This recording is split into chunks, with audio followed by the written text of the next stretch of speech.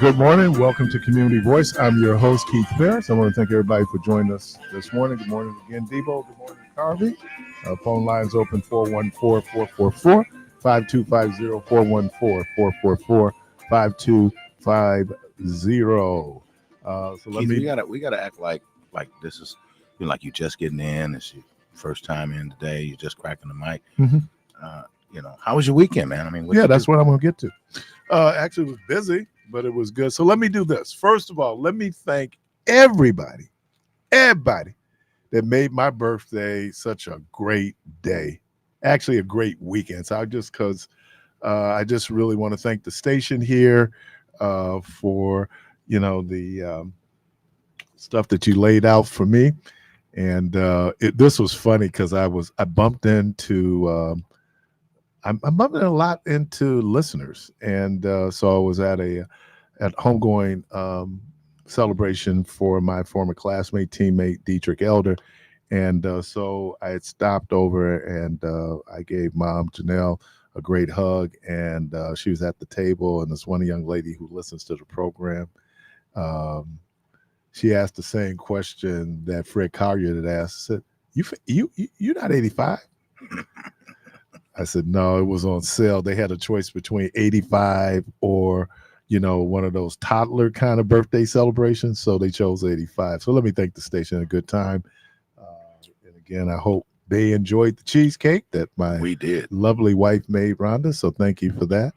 And the irony is, I think there's one or two pieces left, which that it won't be that way after today.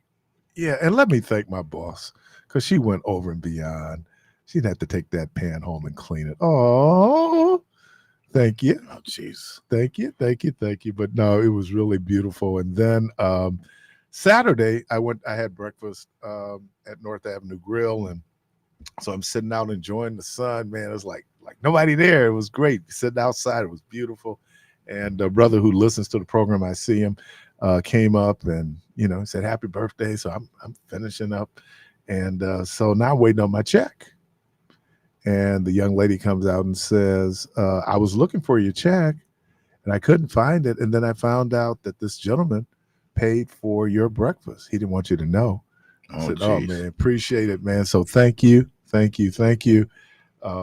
that. I was at the We Belong rally that was held over in the Zalata.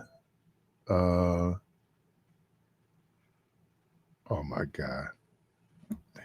Breaking news. What's that? Judge Cannon just dismissed the classified documents case in Florida. Says Jack Smith was improperly appointed. Wow. And just in case people don't know, Judge Cannon is a Trump appointee. Wow. So, so I was at the We Belong. I'm hopeful. I'm going to try to hopefully get Dr. Shaw in. Incredible purpose message last night for Micah. Where do we go from here? I mean, incredible, great preacher. I love great preaching, great preacher. So, but I was sitting next to a brother who had introduced. He had called in, and we had a discussion about Bronny James, and he remembered the conversation, and we sat and we talked. So, man, really enjoyed talking with you. As I tell people all the time, I have tens of listeners. I cannot believe she dismissed the classified doc, said Jack Smith was improperly appointed. What the? See? And so when people sit up and say we should unite, come on, man. Get this dude a pass for real? I wonder if they're going to appeal. This is crazy, man. This is crazy. Oh, my God. Oh, man. Okay, let me go to New York Times. Hey, phone lines open 414-444-5250.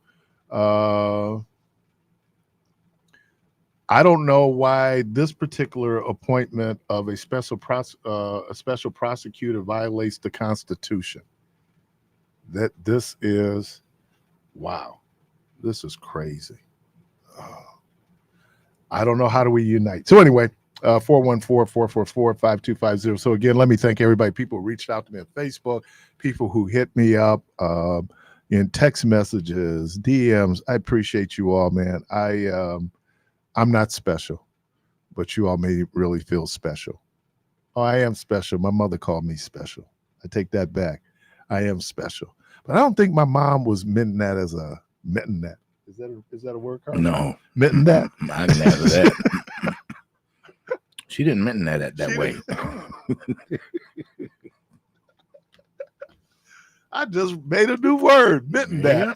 Mitten that. Y'all can use that. Carver, you can use that, man. Mitten that. Yeah. I mean, can you do a whole like rap thing? Can you free flow mitten that? He was mitten that, man. He's mitten that. Oh, I loved her. I mitten that love.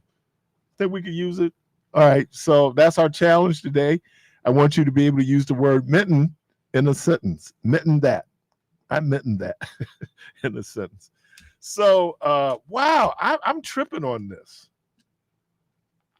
How do you, has any special prosecutor who's been appointed has been deemed unconstitutional? How did it violate the Constitution?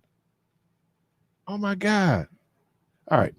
Let me not trip. Oh, yeah, I'm going to trip because I got to read this focus group that 11 black men did and why they support Donald Trump. So we'll get to that.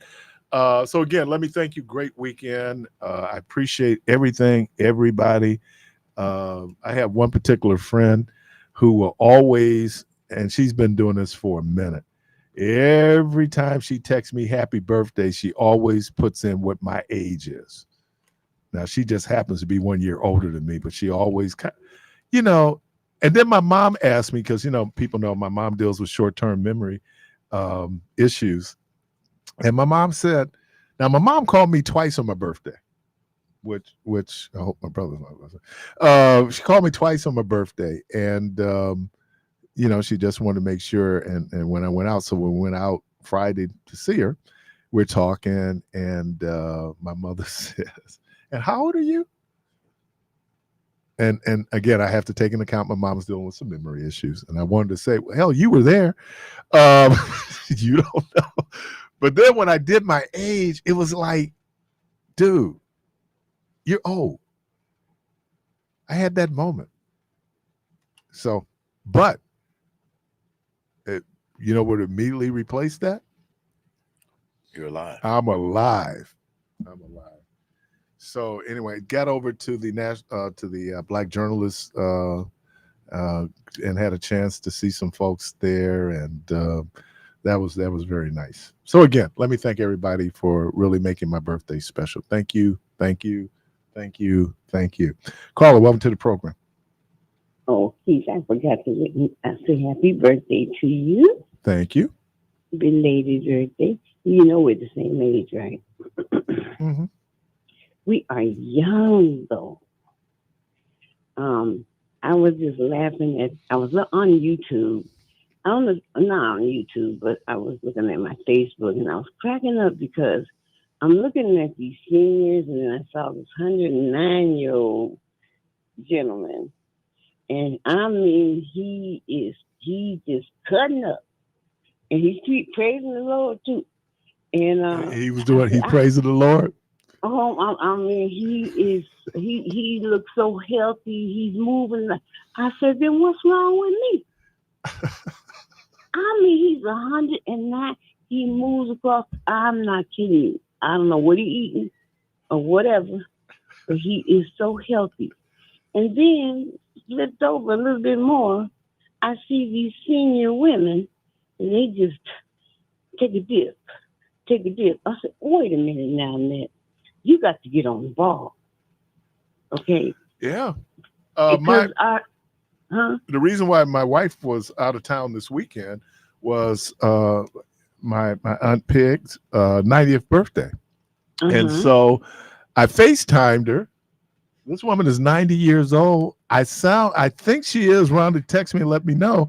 I think she's still the church clerk at Yeah. her church. And when you're looking at it, I mean, she was just, and she's 90. Yeah. So, we should embrace it. You have to modify, obviously, for age, right? And look, you talk about some of these folks, and I be looking at some of these senior folks, and I be Mm-hmm. kind of going like, I don't know, baby, if you can wear that outfit at your age. I don't know how you squoze into those jeans. I don't know how you did it, and I know those pimp shoes are hurting your feet. So, but Uh-huh. and then when people say that, is age just a number? It is. And this is why I can't understand why they say I don't know about white folks. I'm just talking about, people I know. Mm-hmm. I just know that when my mama would always tell us to drink pot liquor, and I couldn't figure out what is The pot drink liquor. hot liquids or hot liquor? Pot Oh, liquor pot liquor from the from the green. greens. Oh, okay. Yes. I thought you said hot liquor, No like a nutrients. hot toddy. Yes, it's so healthy from your broccoli and all those nutrients. But Don't you know what the starve. killer is. How do you season your greens? What do you use? I put a little bit of a pepper and No. What's onions, the meat you use to season with? turkey, Turkey. You ain't using a smoked ham turkey, hock? no pork, No pork. Okay. no pork. Ain't no pork on my folk. Ain't no pork on your fork.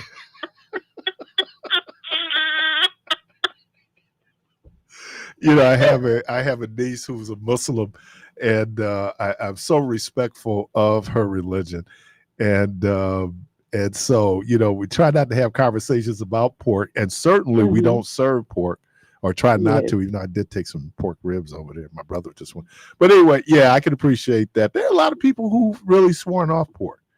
Um, I I would think though that the meat that's really doing damage is the beef. beef. Yes. Because it takes so long for us to break it down in our In system. our body. And I was And just looking at this commercial where this dude had this tomahawk steak. I'm gonna get a tomahawk steak before the now, year's out. I'm gonna now get you me one go. of those. It's Yeah, not gonna hurt if you eat a little bit, it's but when you eat it all yeah. I the heard all time, of that, man. But I'm the dude. I don't eat a lot of sweets. It's rare that mm-mm, I eat sweets. It was interesting because I brought in cheesecake. I don't eat yeah. cheesecake, right? I don't eat a lot of sweets. Now when it comes to meat, though.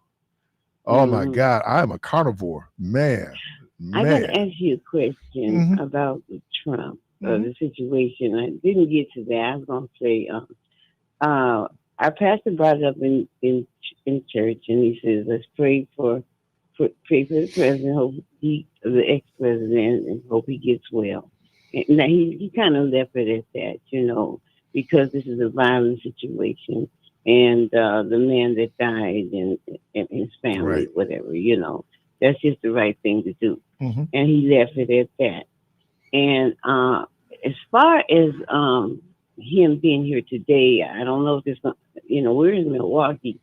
Uh, I don't know if they're gonna have snipers up on the roofs and all that other stuff, but they did say they have to reset everything here in our downtown area. And you know, they got from what I understand, what I heard that because I was watching TV as it was coming down the pipe, they said that he has to uh, just taper down, like you said, taper down the rhetoric along. And then the first thing that his son says, that's the radical left. And the radical left has not been radical. It's always been them. And if Well, you we stop do looking at have some folks who are pretty extreme on the left. We have okay, extremes on most people are in the middle, but we mm, do have extremes. There are people out there who are very, very, very committed to those things that mm, they feel are important, and will use a lot of different means in order to either get their message out or try okay, to change the course of things. But I hear that he would jump out and say that.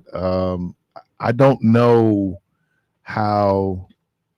I think we need to be careful because it's we wolves do. in sheep's clothing. The fact that you have a nicer, kinder Donald Trump Mm, does not negate Donald Trump's governance and his policies. And so if people yeah. getting on like he seems like a nice guy, and I'm gonna talk about some of the reactions or some of the reasons why these 11 black men who were part of a focus group said that they support Donald Trump. It was really Mm. interesting. I was I fascinated. I have a sister. I cannot talk politics with her. She is a Trumper, and I Wow. decided that I would not talk politics with her Okay. at all because I don't want to not have a relationship with my sister. So that's a good idea. Anyway, God bless you Bless you. and many more. Thank you. Okay, hi Devo. You know I can't get off this phone. We're not saying hi to my You, you, buddy over there. you could have a net, you could have, but you didn't. You chose Oh, not to, and I appreciate that. How have you been? I'm blessed. God is good, and good is God. All right. Look at God. When he All do it, right. Won't he do it? Won't he? Won't he? Won't Won't he? He Won't he? do it? Won't he? Won't he? Woke Won't he? me up Won't he? this morning. Won't he? Won't he? Won't he? Won't he? All right. Bless you both. all right, all right. Rudolph Be safe. McKissick, won't he? Won't he? Won't he? Won't he? Won't he Won't he? do it? Won't he? Won't he? He will do it. Yes. If y'all Bye do bye. one more won't around here. Oh man, have you seen him do won't he? Won't he? Oh, pull it up on YouTube. Hey, we gotta Rudolph pray for some. McKissick Jr. We hopefully have Oh, he could hoop, but that a won't he? safe Won't he? convention. I pray for a safe convention and everything. Has anybody So, been? Have you been downtown? I did yesterday when I left the We Belong event. I drove along. I was trying to see how far you could go, and this was right before. I know they closed down 794, the Home Bridge, because they were doing a welcoming party down at the Summerfest grounds, and so I got diverted, and the traffic got diverted. I went down Michigan, and there's a perimeter around the federal courthouse where they put up barricades and fences. It looks like they're staging there in terms of law enforcement. I saw cars there. I was able to get down as far as got down to Clybourne or Michigan. I had to turn, got diverted, went down Clybourne, and then you could see the fencing and you can see the barricades. You have some hotels that are obviously part of the perimeter, and they put up actually, if you're trying to get on, I think is that Clybourne, then go over to St. Paul. As you get down to Plankinton, you're diverted. And so I didn't get a chance to go down and get up by the courthouse and then come back. I do know that many of Circuit Court has moved out to the county grounds, and county workers as well. And county workers are teleworking. One of the benefits of COVID was that a lot of folks did teleworking. And so they're still able to telework because they can't park downtown. A lot of people who park at the courthouse park in MacArthur Square, and then they park in MATC's lot. No, that's the lot I parked in because it was cheap. And so that's part of the perimeter. And so, what about the main post offices and things? The main post office is on Clybourne. I was able to drive by that. Okay, I wanted to know because I got packages and my husband orders medications and Yeah, and I think that there was some concern about mail delivery inside, but I think that they've resolved that issue okay, where those folks inside the perimeter would still get their mail. But I did drive. It was interesting. I'm hoping to get down there at some point this week okay. to be able to get into the area and then to be able to move around. So All right, thank you. thank you. And thank you for the birthday wishes. Appreciate you. Okay, God bless you. All right. Caller, And you too, Devo. Thank you. of course, Devo.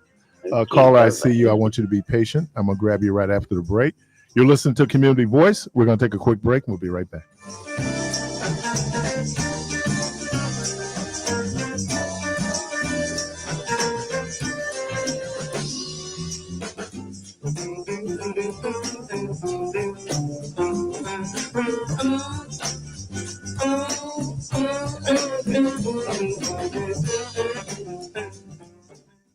The John Lewis National Day of Commemoration and Action is happening on Wednesday, July 17th, which marks the 4th anniversary of his passing. Join the Milwaukee branch of the NAACP as we carry on his legacy. We will host a local family cookout and community event in celebration of his efforts. It will include a press conference to demand that lawmakers take action to protect our freedom to vote and rebuild our democracy. We are demanding they pass the John Lewis Voting Rights Advancement Act, Freedom to Vote Act, Native American Voting Rights Act, and Washington, D.C. Admissions Act. The family cookout will take place on Wednesday, July 17th, across from King Solomon Baptist Church on the corner of Bell Phillips and Monarchy from 10 a.m. to 4 p.m. There will be a news conference during the event as well as a short march to the RNC Free Speech Zone where the NAACP and community partners will direct our concerns directly to the RNC.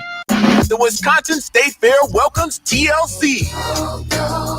Friday, August 2nd, 7:30 p.m. State Fair main stage presented by Potawatomi Casino Hotel. TLC.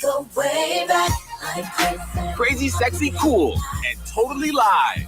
Special guest, Jordan Sparks. On sale now at wistatefair.com. Don't miss TLC Live. Wisconsin State Fair, presented by U.S. Cellular. The Wisconsin Black Chamber of Commerce invites all business owners and aspiring entrepreneurs to our third Thursday networking event featuring the pitch competition. Thursday, July 18th, 5 to 9 p.m. at Perkins Private Event Venue, 6822 West Brown Deer Road. This is still a public event. Join us for great food, games, and prizes, and of course, the pitch competition. We will find number 7 of the 11 who will compete in December for the $10,000 grand prize. If you are a business-minded person looking to expand your network, collaborate, partner, or grow your business, this is where you want to be. It takes a team to grow a business. Come on out and get your team together. There's no cost to attend. Doors open at 5. Pitch competition starts at 6:30. The monthly winner is determined by audience votes, so bring your family and friends. The Wisconsin Black Chamber is still doing the most. Visit twbcc.com to keep up with what we have going on.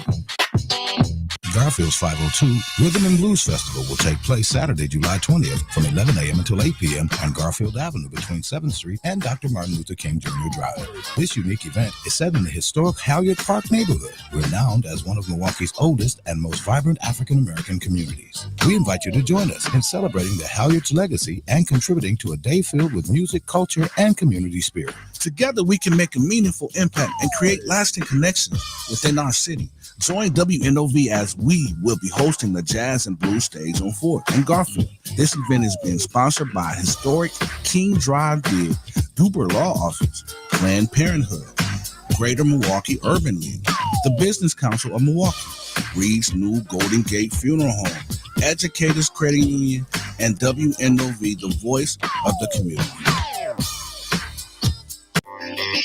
Listen, everybody. Listen up good now. Listen, everybody. Listen up good now.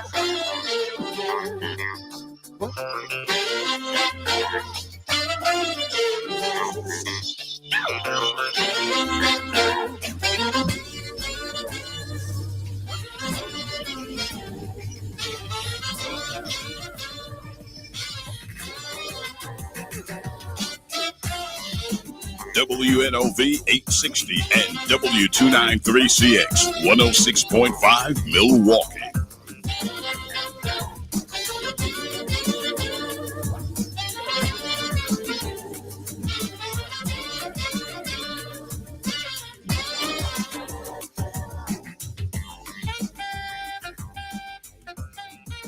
All right, welcome back to Community Voice. Caller, welcome to the program. Good morning. Caller, are you there? Good morning. Okay. Okay. I don't know if she's speaking and she's not coming through. Debo. Okay. I mean, I can hear some noise coming from her end. Well, Like maybe walked she hang away up from and the she can phone. call back. Okay. I had mentioned that there was a focus group.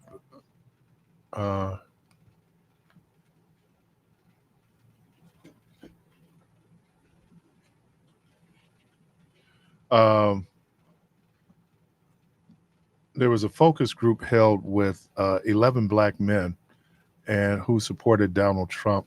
And and so I want to pull up. I thought it was fascinating to their reasons for supporting Donald Trump. People know that it was that I think Donald Trump got 12% of the black vote in 2020, which was up, I think,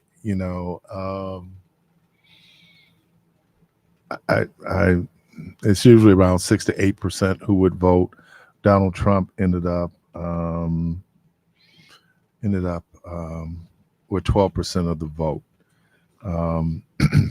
And so obviously he's made headway when at terms of inroads into the black community. But the fellas, so let me do the Wi-Fi on this. I can pull it up and but this is really fascinating in terms of what words describe what you think of Donald Trump. And again, there's a focus group. Courageous, that's Khaled. He's 50. He's a school principal in Pennsylvania. Unfiltered, Paul, 57, a Georgia veteran. Respected, JD, he's a coach. He's 50 years old. 11 black men on what Democrats and Republicans get wrong about their lives. While President Biden enjoys strong support from black voters, Donald Trump has chipped away at that crucial Democratic base. He won 12% of the black votes in 2020 in the 2020 election and did especially well with black men winning 19%. Some pollsters think that Mr. Trump may do even better in November. So for our latest Times Opinion focus group, we wanted to hear from black men who liked Mr. Trump to better understand why, including those who disliked him at first but changed their minds. This focus group was held last week before the assassination attempt on Mr. Trump. Some of the participants blamed the Democratic Party for expecting too little of black Americans or treating them like victims. I think they have underestimated how much black men care about their families. We don't want excuses as much as they think we want excuses, said Rashad, a 40-year-old graphic designer from Pennsylvania. At the same time, the usual GOP talk about pulling yourself by your bootstraps was off-putting to some of the men. One who noted that many non-black Americans were born into families that own homes or enjoyed their other privileges. Dr. Richard Shaw kind of hit that point yesterday where he said you can't tell a person to pull themselves up by their bootstraps when they don't have straps or boots. Mr. Trump's image as a celebrity businessman held real appeal for the men in our group.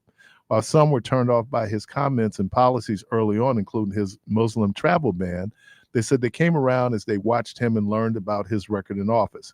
They appreciated what they saw as his economy know-how, low inflation during his term, and his law and order stances. His support for federal funding for historical Black colleges and universities came up repeatedly as evidence that Mr. Trump wasn't racist. His recent felony convictions made some of them like him more, but they also said that some of their friends and relatives sharply disagree with them about Mr. Trump. We have published focus groups with supporters of Mr. Biden as well. As for these 11 men and Mr. Biden, several participants said that they were not really put off by his poor debate performance only because they felt that his cognitive condition and age have been common knowledge for some time. For these men, Mr. Trump is not just the most appealing choice, but also the sole realistic option given how off track the president is mentally, as one participant said. So, what would you say is most off track in America today? Paul, 57, he's a veteran, said leadership. Theodore, 36, he's a Georgia construction worker. He said morality. Caleb, 50, Pennsylvania school principal, the economy. I came from a big family and I'm the breadwinner. I feel every single penny when I go to the market and when I gas up my car. Things aren't as cheap as they used to be. Jeremy, 34, Georgia, microbiologist, the cult of progressivism. And JD, 50, Arizona coach, morality. We're a nation that has lost its way in terms of morals as it deals with God, as it deals with family, for money in a lot of cases. What is one word to describe how you feel about the election in November? Again, this is this 11-man focus group. Paul, curious. Jeremy, ambivalent. Rashad, excited. Brandon, apprehensive. He's a Nevada retail merchandiser, works in a clothing store. Samuel, 28, Arizona, data analyst, excited too. Dylan, 31, program manager, exhausted. Amir, 30, Pennsylvania security, hopeful. Caleb, Pennsylvania, school principal, blah. Theodore, 36, optimistic. Marlon, 47, hopeless. And then JD, illusion. We have a caller. Caller, welcome to the program. Good morning, Keith. Good morning. Thank you for taking my call. You're welcome. You know, I'm mortified about the election coming. Now, you know, they threw out the paperwork. I mean, they're gonna. That's off the charts. You don't have to worry about that. I anymore. think Jack Smith needs to appeal that. But it's not enough time to do an appeal. Why not? Because they can't get it in before November. Well, this trial was going to happen before November anyway. She's done everything but put the brakes on. You know what I'm saying? I think it's so sad that you equate to somebody put you in office. That means you have to do their dirty bidding. This man represents everything that we teach our children not to do. But you know one thing that I'm completely not letting my blood pressure get at? I don't know where people's intelligence is when you look at what he's done. Now, all of a sudden, he's going to be gracious and nice. Is he going to give us back affirmative action? Is he going to take abortion out of the courtroom and put it where it belongs, solely in the church and on each person's moral values for themselves? But I do believe that it should be some restriction that you cannot have an abortion after 3 months unless it's a medical reason. Just if you so happy in 6 but wait a weeks, minute, hold on. Shouldn't that decision be made by the physician and the woman? That's where I was going to. Okay. For the physician to say it is necessary for 3 months to go on with this abortion. Why do you have to justify your reasons for terminating the pregnancy? That's what I'm saying. What would be the reason? No, I'm asking why do I have to give a reason? Okay, stop for a minute, Keith. If you're educated at all, go and see how fully developed that baby is in 3 months. Why are you it's not a baby. So we calling them babies. They're not babies. Babies are born. According to what they're doing now. No, and more right than the mother. Well, here's the problem. You have some states that have that. I think it's is it 16 weeks, and in many instances, most women wouldn't even know that they were pregnant. You know, so what I'm saying is, if part of why we're having this discussion is that the Christian right was able to elevate this from a question of a medical procedure to a moral issue. It's a medical procedure, and that's a decision And that should that's be where I made wanted between to the say, woman and medical. her doctor. This whole moral thing, and then the people who do this are the very same people who will cut the programs that benefit those, Exactly right. and I put in quotation, babies when they're born. So how do you Exactly ascribe right. more rights to a fetus than you do to a living baby? And that's what's wrong. So maybe we need to take it. Well, maybe if we take it out of this is a moral issue, your cancer treatment is not based on how somebody feels morally about it.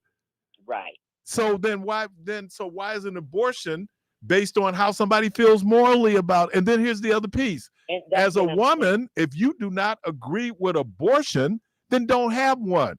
But it's not for any woman or a man to say to another person, here's what you need to do with your body. Okay, and that's all I'm saying. Take it out of the court system. Let it be between you and your doctor. I mean, your doctor be going to jail. And it's the same thing, Keith, when we look at, I pray that God give people what they're asking for and see how happy. When you give a man with Trump's attitude, no moral fiber, all the power that you're giving him, you're going to reap what you sow. You're going to see that all the years of people fighting to have a right to speak will be gone. Now remember, it's the Republican Party. It's not for the party of the people. It is for them. They didn't go back to their constituents to say, whatever,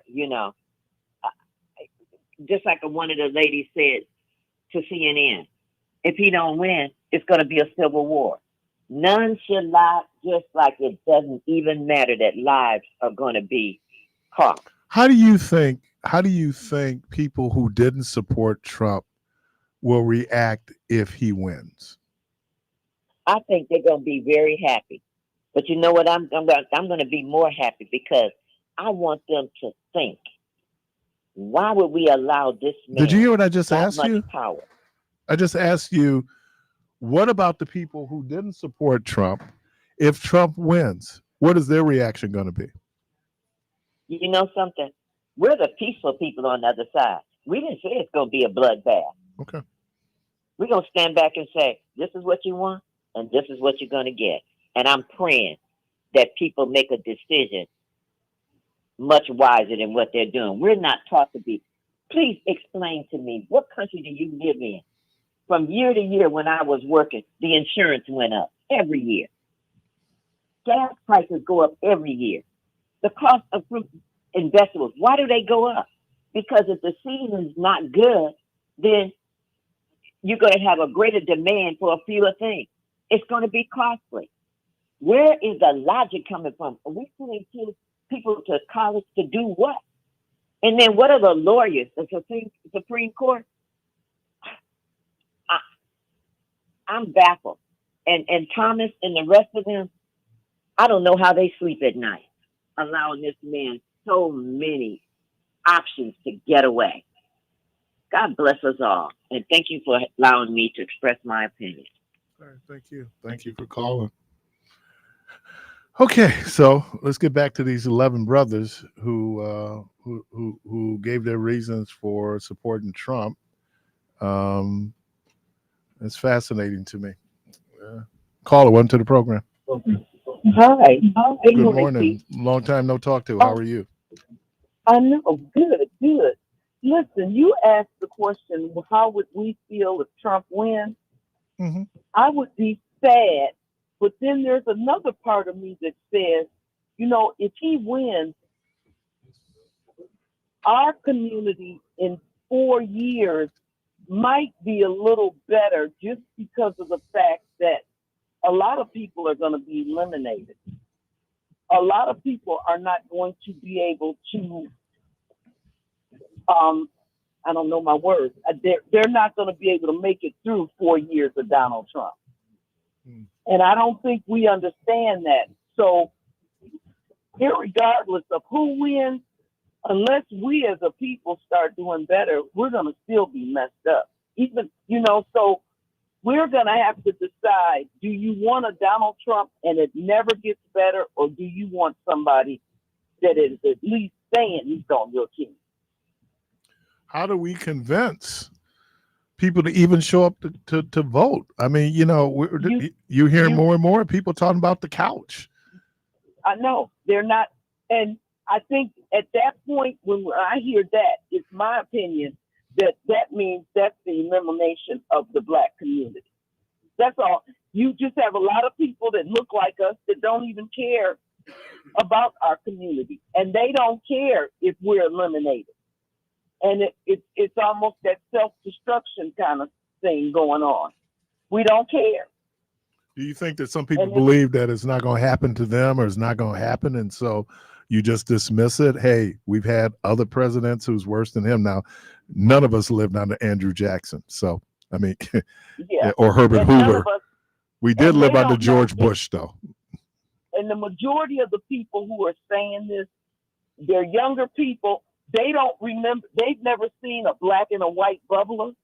I've seen a black and a white bubbler, so I know what they can do. I do know that they can roll back a lot of our rights, and everybody that's running around here thinking that they are super cool, you're going to find out, no, you're really nothing. So it's just a matter of, it might be, we're going to have to touch the stove and really see that stove is hot. People keep telling us it's hot, but we won't. We haven't touched it yet, but we're going to touch it, and we're going to find out it's hot, and we're going to burn up. It's interesting. I asked the question, if you were at church yesterday, was the assassination attempt addressed, from the pulpit? And they were talking about a story about how different religious groups, which I pulled up, were responding. You had progressives who were saying that, we shouldn't try to settle our political differences through violence. But Raphael Warnock, who is the senator from the great state of Georgia, and also is the pastor of historic Ebenezer Baptist Church in Atlanta, was preaching to his congregation, because he comes home every weekend to preach. And he said that, he said the congregation really should pray for Donald Trump, and that he's okay. And you could hear crickets. And so he had to say something. He said a little bit more sternly. He got one amen, right? So look, people who feel as strongly for and support Donald Trump, there is a equal and opposite reaction, the number of people who do not. Okay. Right. But there's a lot of us that do not, but we're not going to go vote. And I think so. Then you support him. That the people who don't support him, who aren't going to go vote, then they support him, because that lack of a vote is a benefit for him. Support for him. Yep.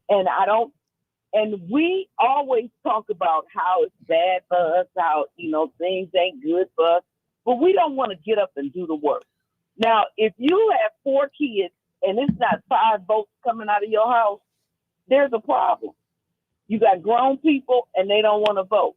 They want to get high, but they don't want to vote. So it's about our priorities and where we put everything. How do we raise the urgency of the hour, though? How do we? You know what? Until the sad part is, and it's like most kids, until it hits them in the face, they don't know it. But sometimes that could be too late. The urgency comes, it's going to be too late. It's going to be too late. It's going to be too late. And then you'll have a lot of people out here saying, how did this happen? How did this happen? How did we get here? When we are here now, but you don't understand that we are here right now. Do you think that because what it did do, the assassination attempt and then the convention happening this week, it did take attention off of the calls for Joe Biden to step away from the ticket, right? Now you talk about unifying. At this point, people are kind of going, well, one, you're not going to hear it, because again, based on that assassination attempt and the convention, This is the week for Republicans. I thought it was interesting in terms of the politics. And if nothing else, Joe Biden understands politics. When he did the Oval Office address, he did it last night, right? He did it on Sunday night. Because if he did it tonight, it's not going to be covered. I mean, and then there's a courtesy that usually during the political conventions, it's not so much a stand down, but how you is handled differently than once you come away from the convention. Now, there will be people down in the spin room from the Democratic Party, and they will be there and they make themselves available to the press to react to what you're hearing on stage. No one is talking about what that Republican platform is looking like. And it was interesting, the sister that called right before you was talking about abortion. Well, Donald Trump has taken the position, and this is always dangerous, folks. He takes the states' rights position. So he says it should be left up to the state. Well, if you're a woman who lives in the state of Alabama, you're in trouble. You're in trouble. As opposed to a woman who lives in the state of New York. And it shouldn't be. I'm sorry. But I think where we have gotten off rail is abortion. Whose business is it? It's none of your business. Now, I can understand that if a baby, I keep hearing about these post-term abortions. I've never heard of that. But I do know they're that rare. if a woman needs an abortion, she should be able to get it. It's nobody else's business. It's nobody's business. You just want to try to run something that you can't run. You're telling people not to get an abortion, but you can't tell your kids to go vote. Y'all in the pulpit and in a church saying, oh, you can't be killing them babies. You can't be killing them babies. But you're not telling your congregation you're a sinner if you don't have your kids vote. We're not doing that. We're not doing the truth. The truth of the matter is God put you here. He gave you a brain. And if you are here and you think it's all you got to do is sit here and say 10 prayers a day and it's going to be good, then that's on you, boo. It's just I don't know if it's not caring or if it's just we don't know. We keep using this excuse. How do we know? How do we know? Well, you got a phone. You know everything else. You know this man is no good for you. You know if he gets back in office, it's going to be very, very rough for you. It's going to send things into a whole nother tailspin.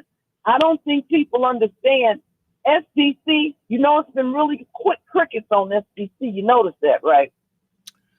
Yeah, that's because they know. I just saw someone who just or in the spring, a lot of y'all gonna have to leave because you ain't gonna be able to pay that re-energy bill. Nobody's thinking about that, and they're not gonna cut it back on in the winter because there's no more referendum. Now and people think this is a joke. It's not a joke. How many people get energy assistance who honestly know that without energy assistance, you will not have heat in the winter? Well, this winter you're going to have it because your heat is on right now. But next year, you're not going to have it. It's a plan to get rid of you. It ain't the plan that people thinking. They have another way of doing it. You won't be able to survive. And once Trump's in office, you're not going to be able to rob and steal your way out of it because ain't no telling how they're going to make the laws. They might make it where, no, you don't even get a bond. You just sit here all day. And I think that's the great danger for your remote to run the TV in jail. Right. How the Constitution is being interpreted is a real danger. You know, that there's some people going back. It's amazing to me. They want to go back. They call themselves originalists. What was the original intent of the authors of the Constitution? So if you want to get into original content, that Constitution supported enslavement. So are you saying that we should go back to the original intent and that then we will go in and enslave descendants of Africans because that was part of the original intent of the Constitution? Or do we modify it with the 13th, 14th, and 15th Amendment? It is a living Or document. And here's the only thing they seem to give wide berth to. This idea of the Second Amendment. See, part of what you're dealing with Trump is that why do we have assault weapons available to non-military, non-public safety folks? And then when you look at many of our school shootings, our mass shootings, it is that semi-automatic weapon. Right. And they know, there's some of us that's walking around here. I ain't worried about it because I got a gun. But you only have as many bullets as they let you have. Well, and that was the thing, because who was the guy the day Donald Trump wins, bullets are going to be either super expensive or they will not be available for the Black community. Well, and that was interesting because there was a guy who he did a mass shooting. He ordered 5,000 rounds of ammunition. That didn't set off a red flag? Nope. And then you can't do anything about it. The Supreme Court just allowed bump stocks again. And what that does is you can take a weapon and make it a automatic, make it a machine gun. Right. But you give so much. But when a woman says that I have a private decision to make in terms of a medical procedure between me and my doctor, because I've heard some conservatives say, well, there is no such thing as a right to privacy in the Constitution. It is not explicit. You're correct. But we do respect or should respect human autonomy, that no one should have control over my body except me in terms of what I do with my body. And the state should have a compelling reason to interject themselves to say what I can and cannot do. I know we were going back and forth about the vaccines and whether or not it should be mandated and the whole piece. So I understood that there is this kind of slippery slope. When does government say to you, this is in your best interest? Now, we even talk about vaccinations. Many of us remember getting poked when we were little. We've been getting poked and getting vaccinations all our lives, right? So we don't have a smallpox epidemic because we were inoculated from smallpox because of a vaccine. But now these people believe, they listen to a TV show and they say, oh, you know what? They're trying to kill us. They're not trying to kill you. And the vaccine is what keeps you alive. But again, once he gets back in office, they'll learn their lesson. Well, no, but you know what? It ain't gonna be a they. It's gonna be a we, because all of us are gonna be impacted. It's gonna be a certain group of people that he's not gonna be able to affect. Who's that? The rich? There's a certain, not just the rich, but there's a middle class. The middle class, they're being duped. He could care less about the middle class. Right. Donald Trump could care less about the middle class other than vote for me and be part of my cult. Right. If you're going in. He won't be able to, I'm very confident that there are people in Milwaukee who are in a financial state that no matter what Donald Trump does, they'll still be okay. They'll be able to make it. But it's an underlying group of people who are going to just fall straight down. And it's not going to be no bringing them back. Right. Hey, don't believe the okey doke, folks. He ain't about the middle class. He ain't. You want to believe that. And I did purposely use ain't because he ain't. But if you're into that delusion, or you feel like things are so much better off under him, you might want to go back and check what was actually happening under him. Appreciate you. Yep, bye-bye. All right. You're listening to Community Voice. Caller, I see you. I'm going to grab you right after the break. We'll be right back.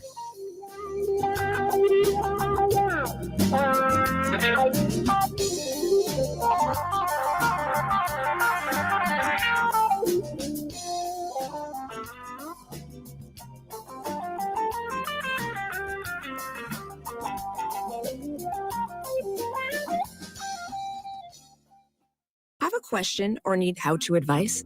Just ask Meta AI.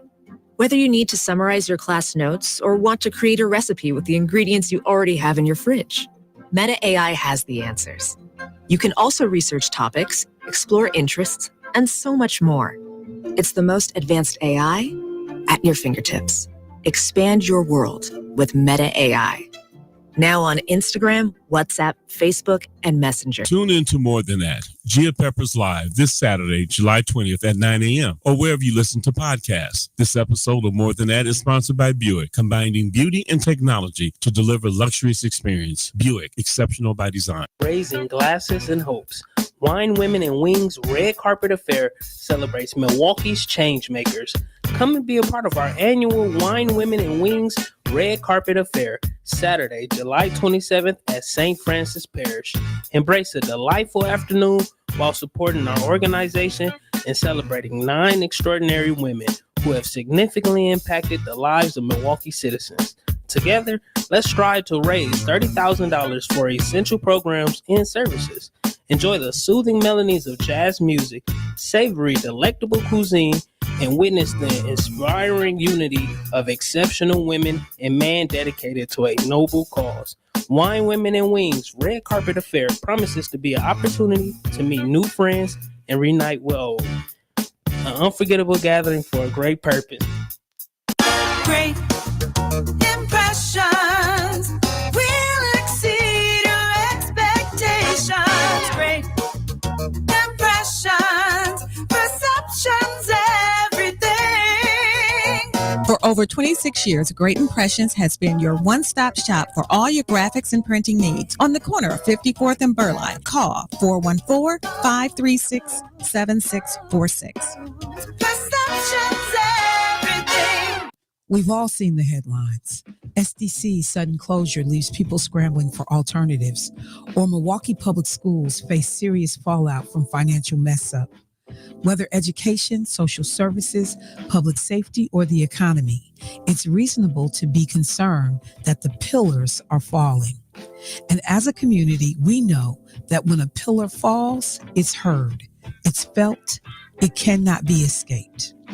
On Saturday, July 27th, the Executive Committee of the Community Brainstorming Conference invites you to their monthly breakfast forum to hear from a panel of organizational leaders working across the spectrum to discuss the issues, challenges, and possible solutions facing our community.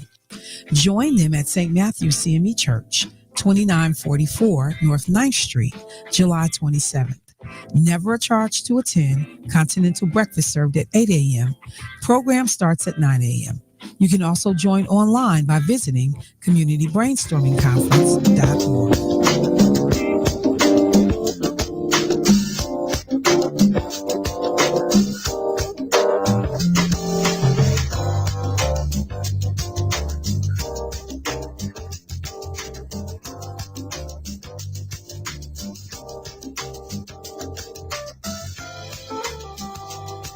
WNOV 860 and W293CX 106.5 Milwaukee.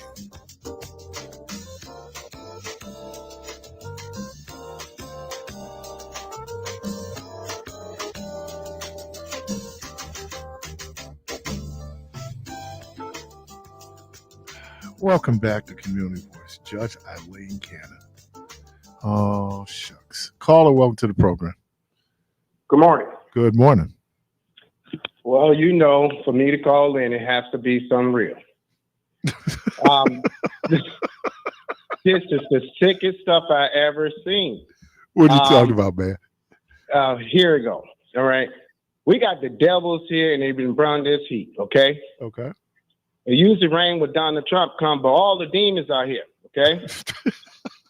No, seriously. Because first of all, Donald Trump called us a written state, okay? Damn near shit, you know, something as in SHIT, okay? Okay. And now they all here, and they came scared before Donald Trump attempt, okay?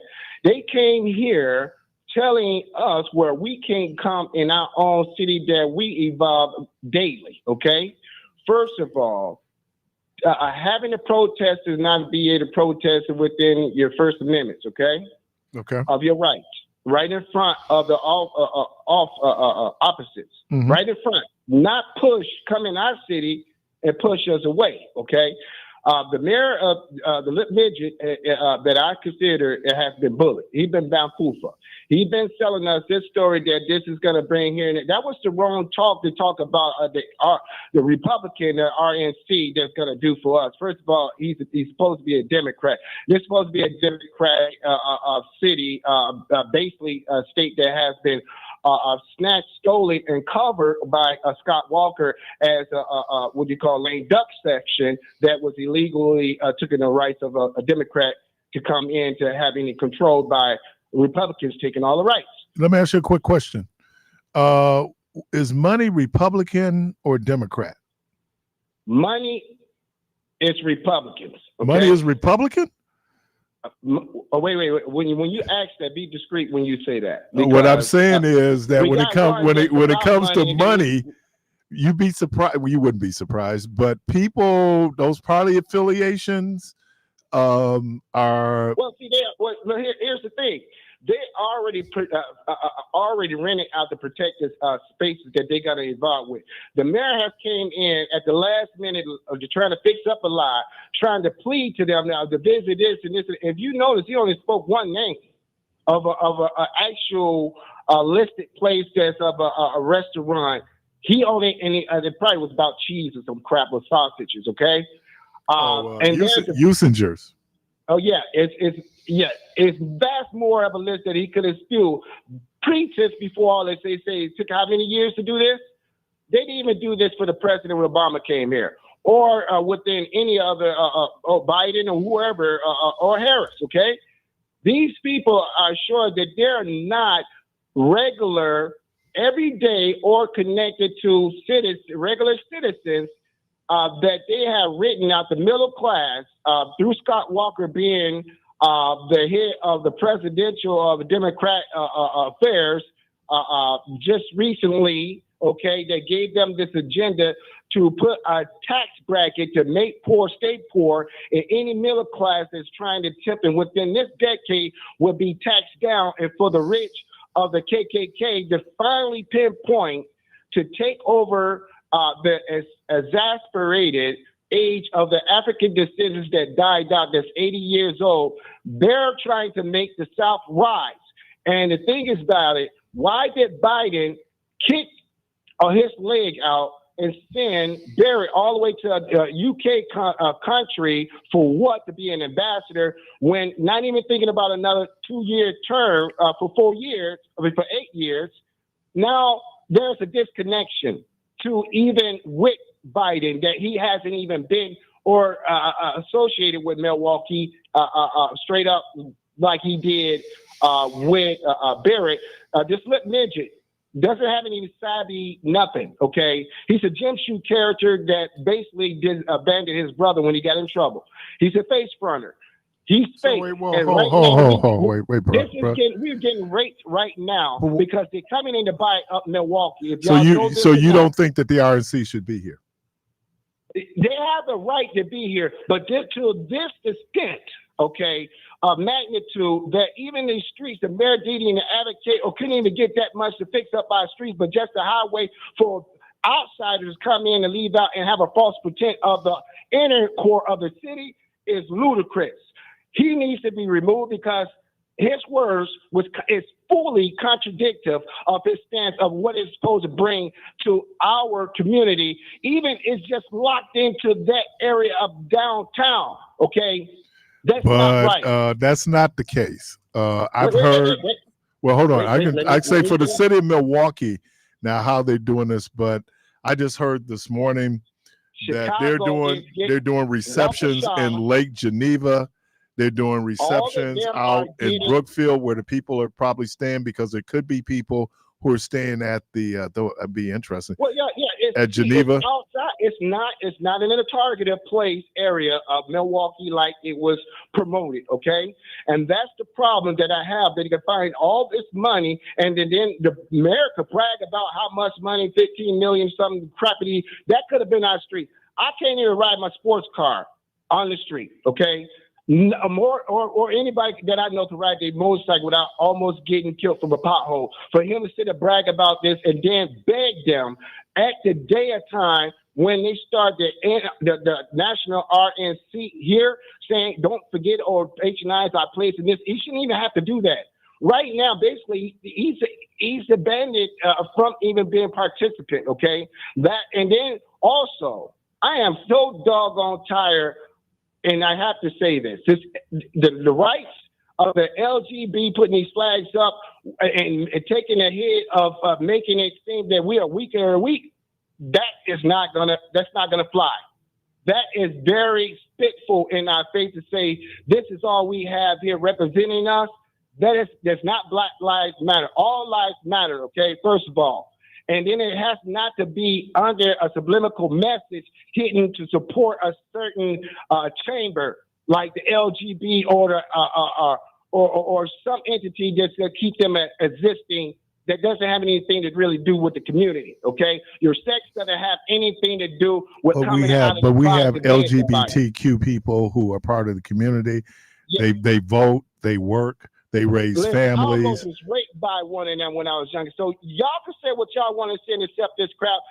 Being homosexual and being a gay and all that type of stuff that have a twine, intertwist in messing with kids if they're vulnerable and not watch. And also now they're giving babies, taking them from actual parents, giving them these kids in bathtubs and secure watching assistant. How these kids are being groomed.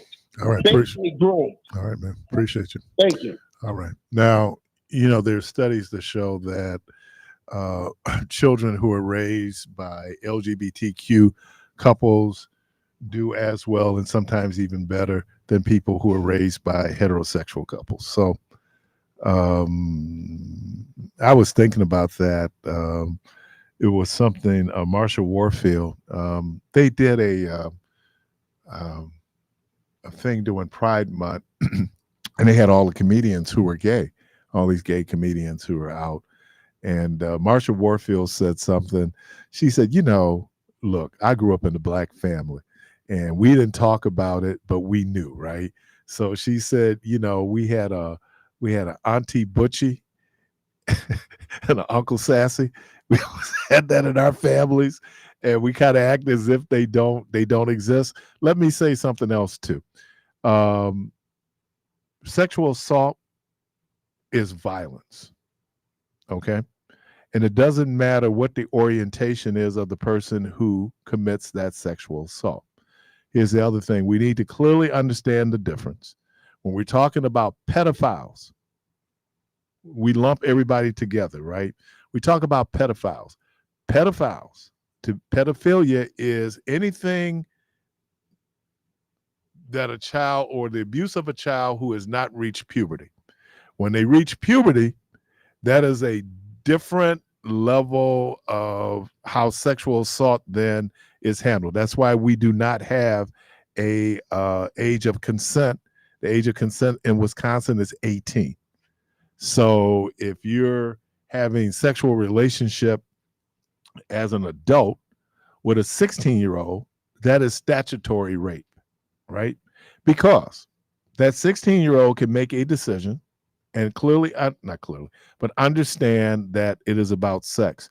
8-year-olds can't make that decision unless they've been sexualized. So I think we lump everything together, but we need to be clear. That's why the law handles it differently, just because of where people are in their maturation process. Caller, welcome to the program. Good morning, Mr. Parris. Thank you for taking my call. Good morning, Brother Christopher. Yes, sir. I don't even know what motivated me to call. I think I was listening and I heard it sounded like gibberish. Did you hear gay? Words. That means happy, but you mean homosexual? You ever want to get people going, just say gay. Say homo. Homosexual. Use homo thug. Yeah. That's the new term. That's what's running around here now. We got a bunch of homo thugs with a bunch of guns, with tight pants running around here. If you look at them, the wrong way, they might pull out their big gun that they're wearing their sister's clothes in, what trips me out about it is like, hey, whatever, do what you do, that's you, whatever. And I'm not trying to condemn anybody because I'm not. Do you think that the problem that we have is that sometimes we're uncomfortable with how people express themselves? I don't think so. I think it's just that with some people and the way that things have been promoted and like we've been bombarded by, it is as if that people who are not used to it, it's like when Islam came to America, a lot of people have been against it for the most part. And since it has taken root, people still have an aversion, but since they can't get rid of it, then what can they do? Learn to facilitate it or learn more about it so that they don't feel awkward in the presence of someone who may be Islamic or whatnot. But when it comes to homosexuals, a lesbian almost got me locked up for 10 years as a juvenile. And here's the clincher, Mr. Parris. The lesbian girl, she was a young lady. I didn't even know lesbians was that young. I couldn't believe it. Because we liked her. But I'm still shocked by this. I'm like, wow, I'm flabbergasted. But like, how is this happening? But the lesbian girl, can I give you how it's happening? Because you can't look, you can't look at a person necessarily and tell what their sexual orientation is. Yes, you can. No, you cannot. No, you cannot. Because hold on. And I some of the most masculine, physically imposing men could be gay. And you can have women who are what and I put in real quotations, feminine. Who are very feminine, but they're attracted to someone else. So we call those lady. You call it with, but I'm just saying that the great danger is that we like to put people in these boxes that we're comfortable with, and then we're not allowing their full humanity to come forward because I done put them in this box. But Mr. Parris, them people won't let you. Who's them people? Who's them people? The homosexual folks will not allow you to put me or you to put them in a box. That's not going to happen. But this is what I want to tell you. A lesbian lady, I didn't know the girl was lesbian. Okay. When I just made it to the 10th or 11th grade, I think at Vincent High School. Okay. And I was on my way home with an older friend. He was older than me. And we were walking down the street and the car pulled up and this girl was crying. And she was crying to she was her mother and somebody else. And they were crying. And, she was like, somebody beat her up. So we thought, I was under the impression that she got beat up by some guys.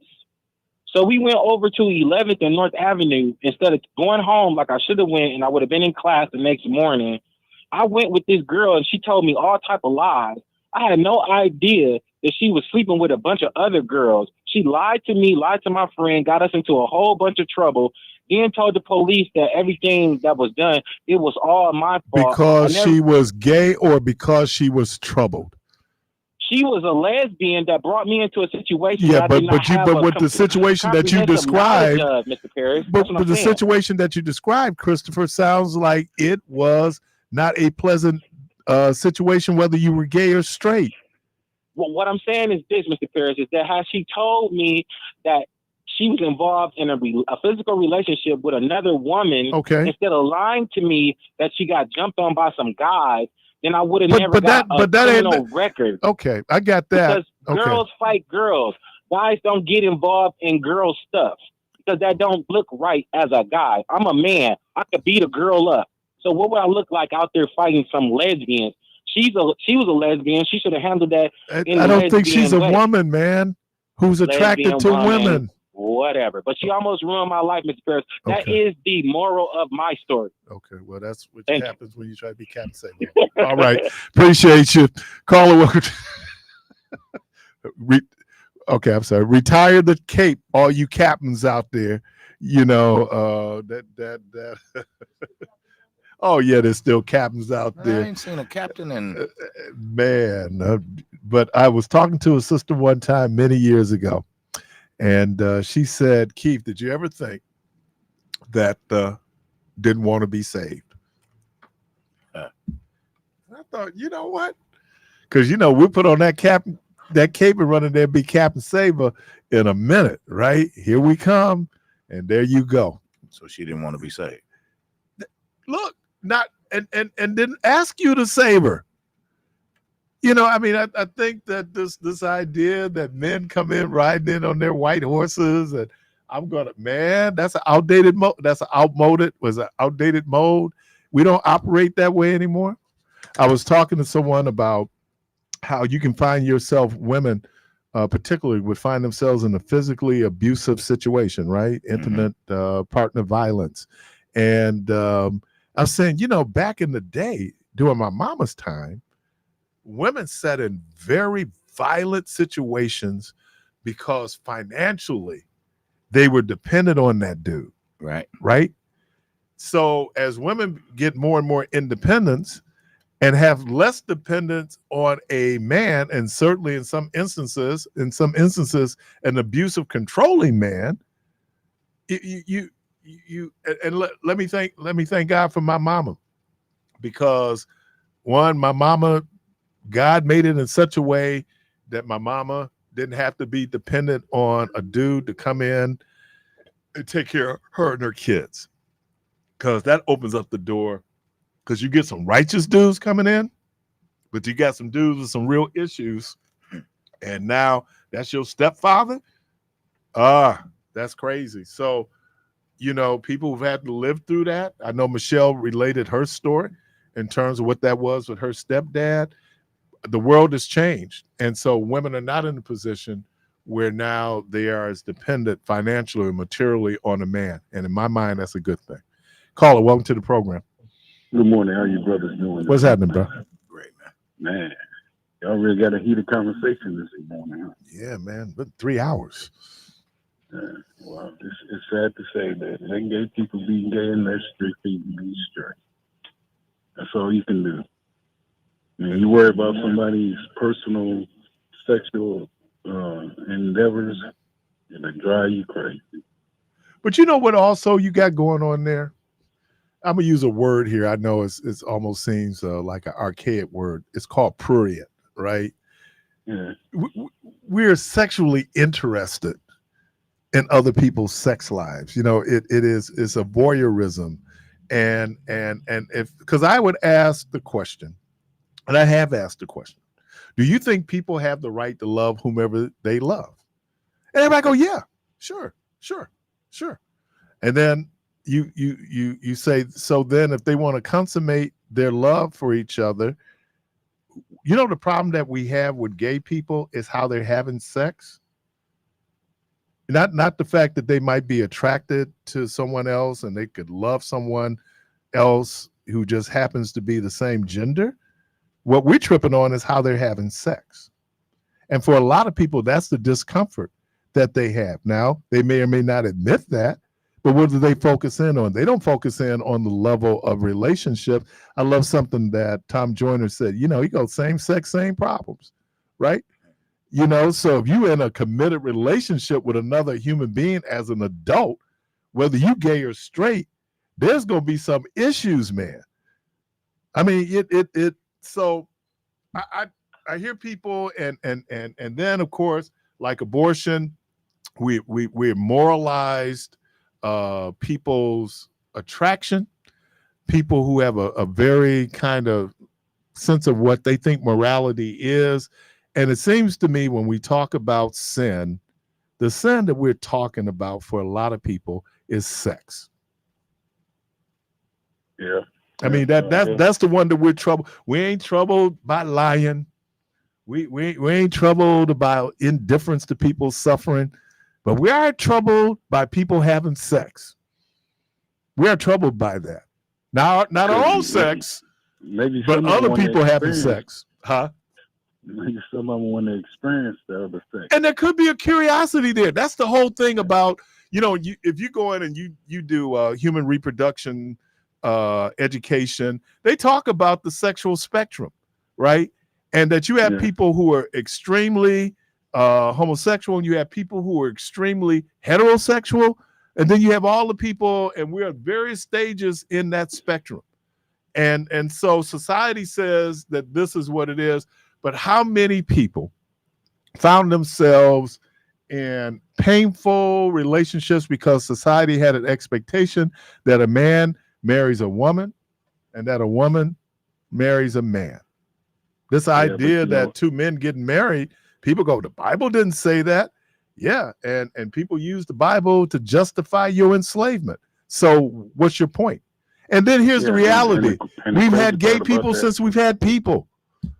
And the crazy part about that, Houdini made a great song. The freaks come out at night. They be out in the daytime too. Yeah, but So I don't you know. don't I gotta don't know worry what about that it. freak is because, I mean, I'm just saying. Look, I am a libertarian. Y'all right on that edge, man. Yeah. Oh man, I'm just saying. I don't care how you get down in your bedroom. Your bedroom ain't my business, but my bedroom ain't your business either. And so when people kind of we theoretically we believe that until now we encounter, and then look, I can go look. I grew up in the black church. I grew up as a Baptist. Our don't ask, don't tell rules. You know, again, as Marshall Warfield said, that is Aunt Butchie, right? That is Uncle Sassy. You know, and what? I don't love my uncle because my uncle is gay. But you knew what that was. You I struggle with what it was, though. I knew, but I didn't know, and there was a lot of fear. I'm a male, right?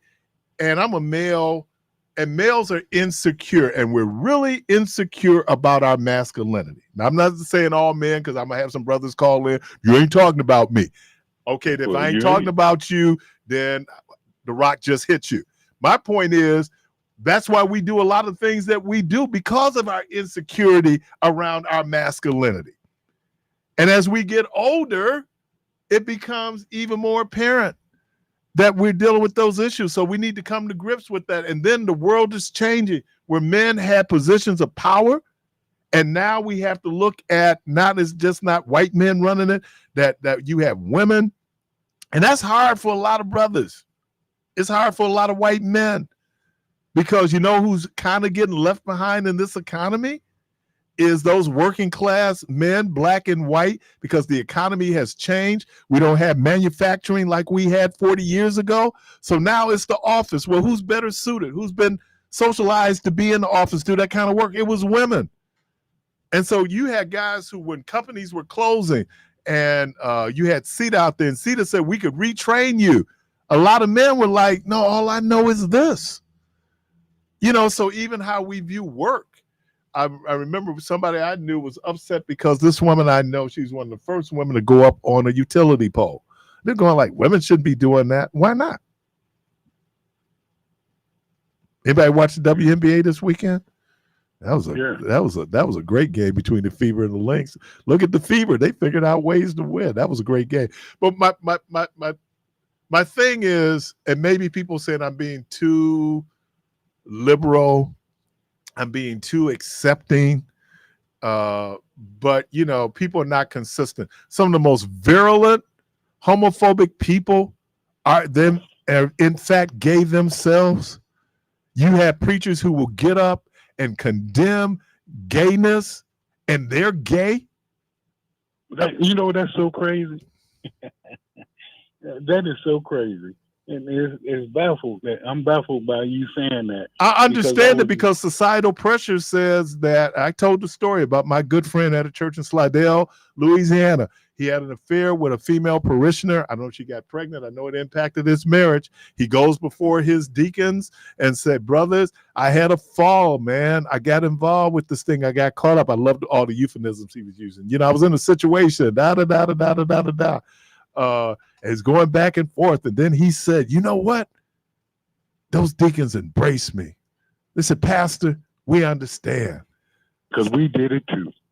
So I asked him, I said, dude, I hate to be this dude. What if you went to those same deacons and said you were gay? Yeah. It depends on how much money you're bringing into the church. No. Same deacon's finna run you up out They're of going there. to run. Now, they knew it. They suspected it. But now your behavior has become public. And people have, I always say, the greatest sin is exposure, right? Once people know what you're doing, and now they have control over you, because I can speak to the church. You had this fantasy. Oh, my pastor loves his wife. Oh, they just the perfect couple. Okay, you ain't riding home with them, and you ain't at the crib with them. And All look, right, they Run This understand that Kill. they're eating a lot of times with the illusion that they're giving you that everything is happy and everything is cool. But anybody that's been in an adult romantic relationship will tell you there are some days. I almost preached. I heard it. Let it go. Let it go. There are some days. Lord, Lord, Lord, Lord. I know. Thank God my wife loved me as much as she do. Yeah, because there are some days. There are some days. No, sometimes some weeks. It can be that way. It's sometimes some years. But so I'm cool with that. I think theoretically we're cool, so-called with gay people, and we're certainly cool with our gay people. My friends, my relatives, people that I love, they just people. It's them other gays I got a problem with. All right. We're on a break, man. Mm-hmm. All right. You're listening to Community Voice. Man, thank you for the call. I see you. I'm going to grab you right after the break. Whew. I didn't come to preach. I'll be right back.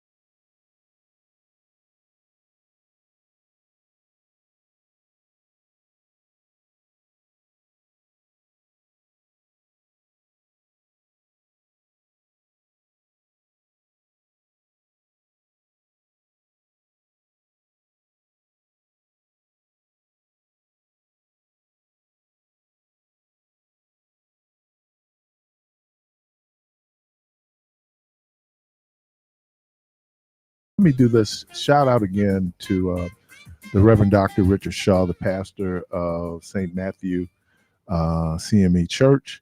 Like I said yesterday, I was there at We Belong. He is president of Micah. He did their vision for the future. What an incredible piece of work he did in terms of that message that he had yesterday. But let me shout out Joe Nathaniel and the St. Matthew's Choir. Man. What they do?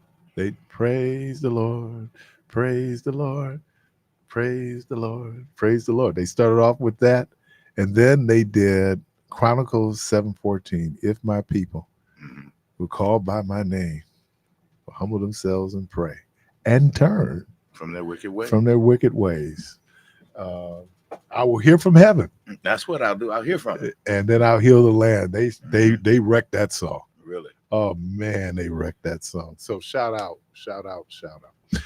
Caller, welcome to the program. Hello? Good morning. Yeah. My grand, I and Uncle 9. You breaking up, bro. You got us on speaker. Take us off speaker.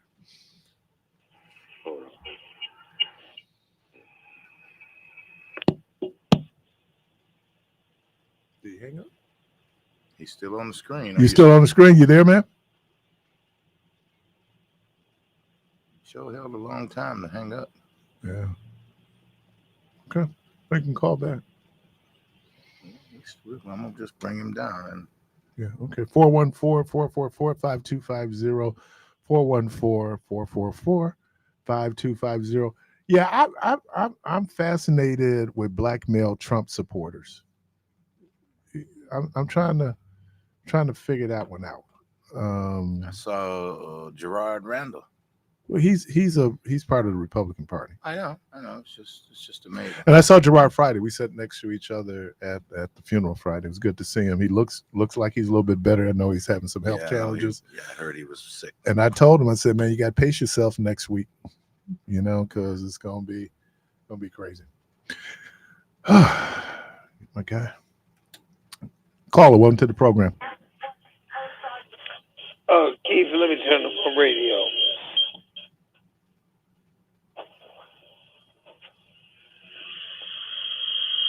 Is that for real? Black man that's supporting Trump? Ain't in my circle. Is that for real? Yeah, there are black male Trump supporters. Well, I know there's some, but I can't worry about Thomas's. But anyway, what I wanted to say, I can't tell from this radio station today and El Sharpton shows where I hear all the black men calling in. Al Sharpton get a lot of black men calling in. Ain't heard none of them supporting Trump. So You know what? I would admire a lot of people for Trump, black guys. Well, I don't know if it's a lot. I mean, it's more. Now, some would say it's more than should be. Again, if you're talking, look, nobody's gonna do Barack Obama numbers when it comes to black people. You know, Right. that is So you don't. Obama, hey, too bad we can't do him again. I mean, Barack Obama, he enjoyed 98.5% approval of black people, male, female, kids. So when you start talking about Obama They never numbers, voted for, and they were grown voted for Obama. for the black community, you never. I don't know who's ever going to be able to get Obama numbers in the black community. I don't know who. Let me try to think. Who could get Obama numbers? Get 98.5% of all black people, because that's basically all black people, right? Who's going to support you? Ain't nobody, man. Boy, Obama's once in a lifetime, I man. had to argue that. Keith, you know how I know? I didn't know who Obama was. And I had this elder sister Esther Albritton in Mount Zion Church. Okay. She would hear me on the radio. Okay. We're doing Word Warriors and would say, Steve, I want you to go to a rally. And that was my buddy mama. I said she never asked me for nothing. And him and I had went out that night before. I'm like, oh my God. Yeah, now part of why I do attend some of these events that are sponsored, I do it more, and I get a hard time about my press pass, but part of when I walk in there, I want them to know that I'm not here in support of your candidate. I'm here to get information that ultimately I'm going to probably share with the community. So I have been to a couple of the fairs. Well, I know one in particular, and man, I leave, and then the drama. Now I don't know how I missed Michelle by 3.5 minutes. I missed her by 3.5 minutes because I wouldn't have left once Michelle got there, and I just missed her. Then I'm hearing on I think that was Thursday or Friday here. Oh man, Michelle came in. Da, da, da. I said she was there. Oh man, I left. But no, I go. I think it's interesting. I'm not talking about people who are rabid in their support. I'm not talking about the Donalds of the world or the Tim Scotts of the world. They have a political motive to do this. I guess the question. Oh man, and what's that other? Well, I ain't gonna call him no brother. What's the other one name? Who? Chubby dude. Oh, that's Donald from Florida. Yeah, Donald what? Yeah, and I don't want to call him Aaron Yeah, and Donald they because have him on CNN a lot. I don't want to say Aaron Donald because Aaron Donald is the football And player. then once I seen what time it is, I said, okay, now I understand you. Look, I think you know what, but people need to understand the theater that is politics, and it is performative. And what I mean by that is people are trying to get to they're doing their come up, right? They're trying to get to the next level, and power is attractive. And him especially. Yeah, but I'm just And saying that whether guy you black on, or white, I've seen people literally sell their souls for power, right? I mean, and it doesn't how many really. Republicans we done seen sell their souls? There's some people who came up in the Republican Party, and I would think that there were some Republican. Lindsey Graham, Lizzie Mae Graham. Listen, all of us should be wearing. From all them Republicans should be wearing stilettos and mini. Okay, all right. I'm not gonna do that. No. You know what I want to say. No, I don't want you to say it. Please don't say it. Appreciate you, Steve. You know what happens in the hood? He can tell them to go out in the corner and give me some money, and they'll do it. Yeah. Isn't it amazing that South Carolina and the probably the belt buckle of the Bible Belt has 2 single men who've never married as their senators? I don't know what to think of that.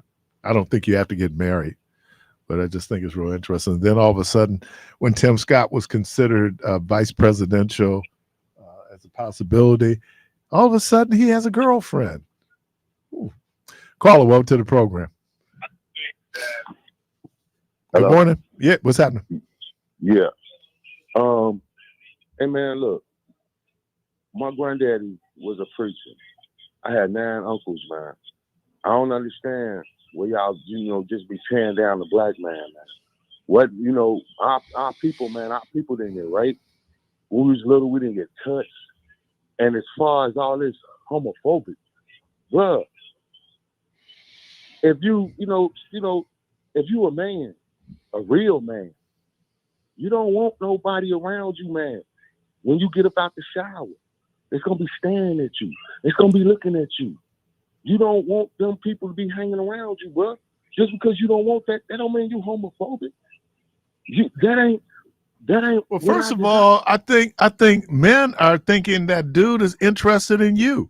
He may not even be interested in you. Hey, bro, hold on. First of all, bro, I done had so many gay dudes that hit on me. Okay. Well, hold on. Let me speak. Okay. I'm not gay, bro. I know you're not. I don't want to. If you gay, you a man who you like. You like a man. Right. You like a man. Right. Hold on, let me speak. If you're a female and you gay, who you like? You like a woman. Right. Young woman. Okay. So let's keep that into perspective. It's kids growing up, bro. I got boys. I got little girls. I got cousins that's gay. Then I tell them, hey, don't bring that around my kids, man. Don't do that. But brother, I was talking to a sister, and she was saying that ain't what makes your kids gay. In most instances, your kids are born gay. If they're gay, they were born gay. Hey, bro, listen. First of all, bro, it's like gambling. I don't want no gamblers around my kids. It's like killers. Okay. I don't want no killers around my kids. It's like gangbangers. Okay. I don't want no gangbangers around my kids. Let's get that straight. Okay. What you talking about? Hey man, I'm a parent. I go to school. I ain't no brother that sit on the sidelines, bro. I go to school, Bro. And I'm not trying to be contentious. I'm just telling you the science doesn't say that. Hold on, bro. Hold on. If you talk to gay people, you ask them, they will tell you. Now, you have instances where people have been molested. I get all that. That's usually, but if you talk to gay people and you have an honest conversation with gay people, many of them, if not most of them, are going to tell you, I was born that way. Okay? But let me speak. Just like you were born attracted to women, they might be born attracted to men. It's science. It's biology. But let me speak, bro. Let me speak. Okay. I went to school. I take my son to school. Another little boy walks up to my son, get ready to hug him and kiss him in his mouth. I go, hold on, shorty. I go, wait a minute, you don't do that. The teacher or whoever was in there talking about, oh, you don't want the kids to show love. I'm like, miss, there's other ways to show love other than two boys kissing each other. What about I told little man, you know, in Africa and in the Middle East, men kiss each other in greeting. Hey, bro, listen.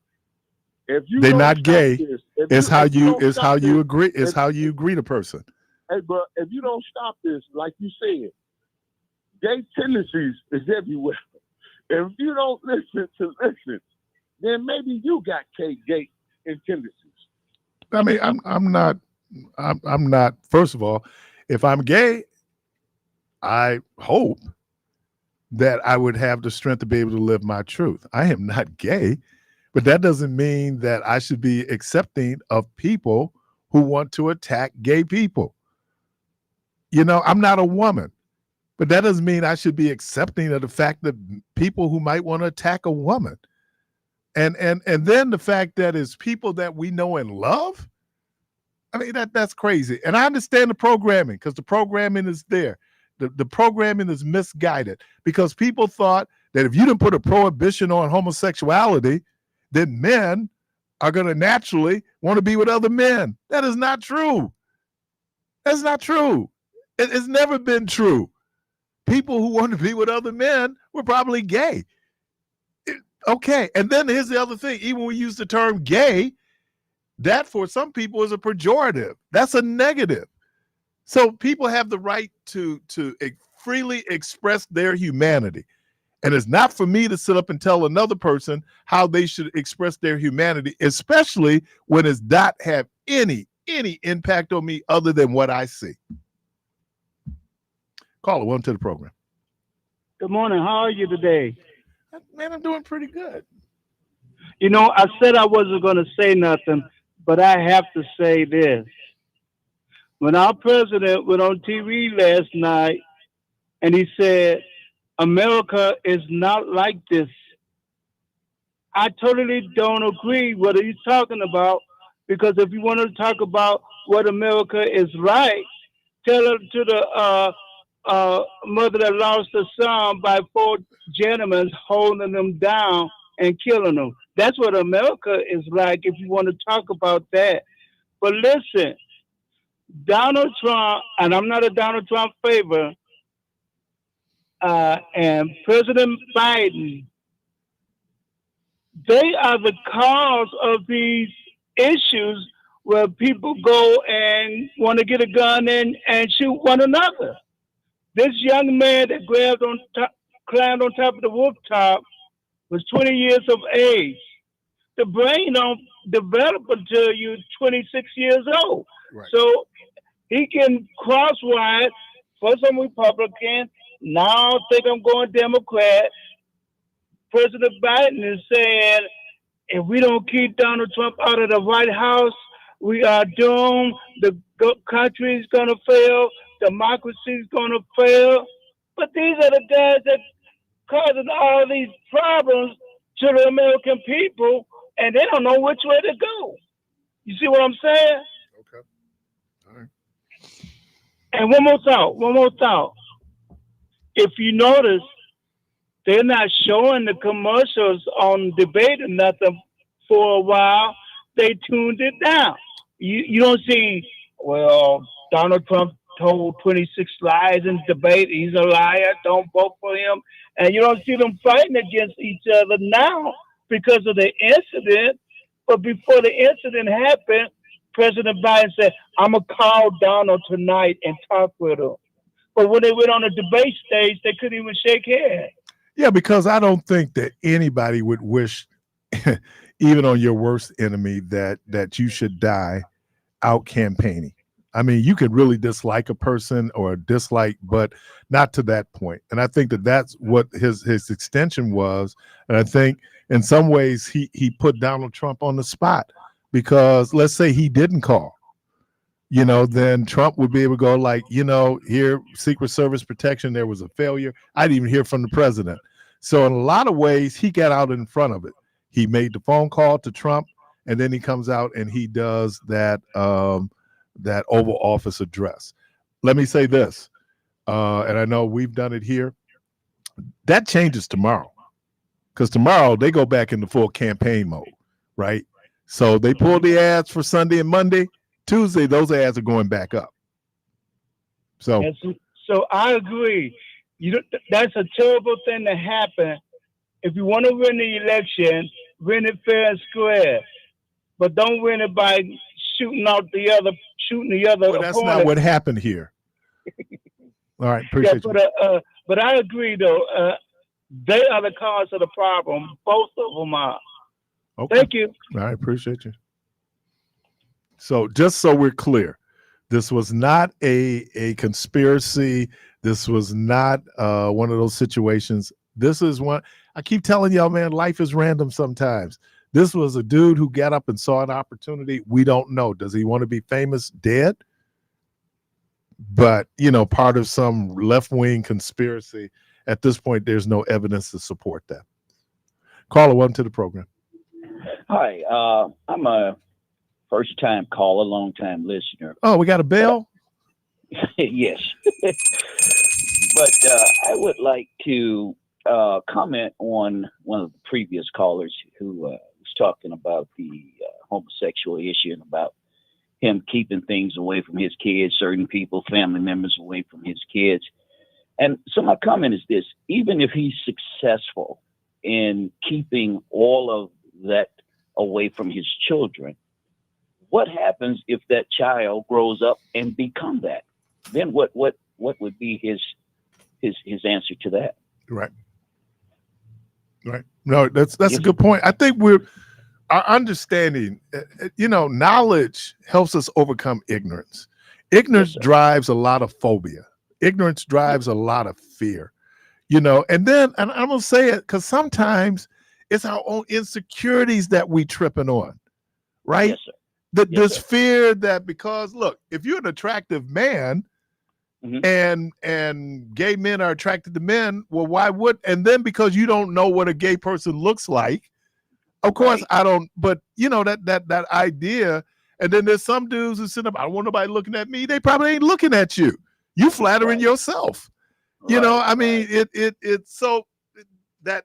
But the harm that ignorance has caused. Right. Absolutely. The pain that if you have a relative who's going through these issues that society, a friend of mine, her daughter transitioned to being male, and she said, I love my daughter or my son now.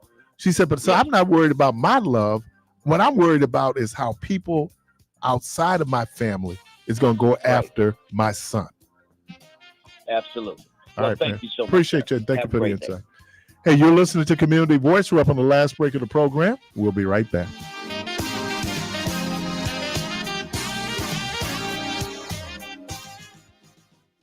Did you know overdoses are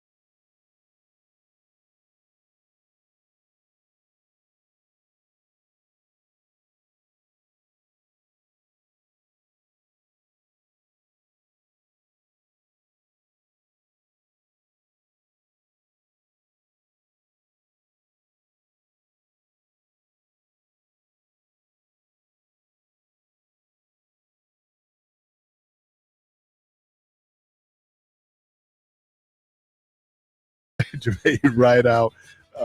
Yeah, man, Funky. I think that's gonna be my production company, man. I don't know if they copyrighted that. Funky Fingers Production. I'm sure there's one out there. What about the brothers who started Frotown? Yeah, they was. I don't know. They was pitching this dude said, "Look, It's a spinoff of you Motown. got Town, we got Frotown." Wow. Now, Funky Finger Productions. That was Tommy Davidson. Yeah, in Living Color. Was Leon Tibbs? Was Leon Tibbs the third or something like that? So anyway, hey, let me thank. What? Don't want to go. It gassing it. Oh, RPM. Yeah. All right. Well, let me thank everybody again. Hey, brother, pull it over. You're done. Because I ain't gonna be able to push you, man. I'm gonna get it over there, man. I saw Sister her car stop, man. I'm going like, man, I don't know if I can push that car. It needs some help, man. So let me thank everybody again. Michelle, thank you for allowing me to cover your program. Callers, I appreciate you. Emo, thank you. Yes, sir. Harvey, thank you. What up, Jermaine? Man, I did 4 hours. You've done it before. I've done it before. Hey, the good Lord willing, Creek don't rise. Hope to talk to everybody tomorrow. And as always, go from this place in peace. Open our eyes that we may see too far. Oh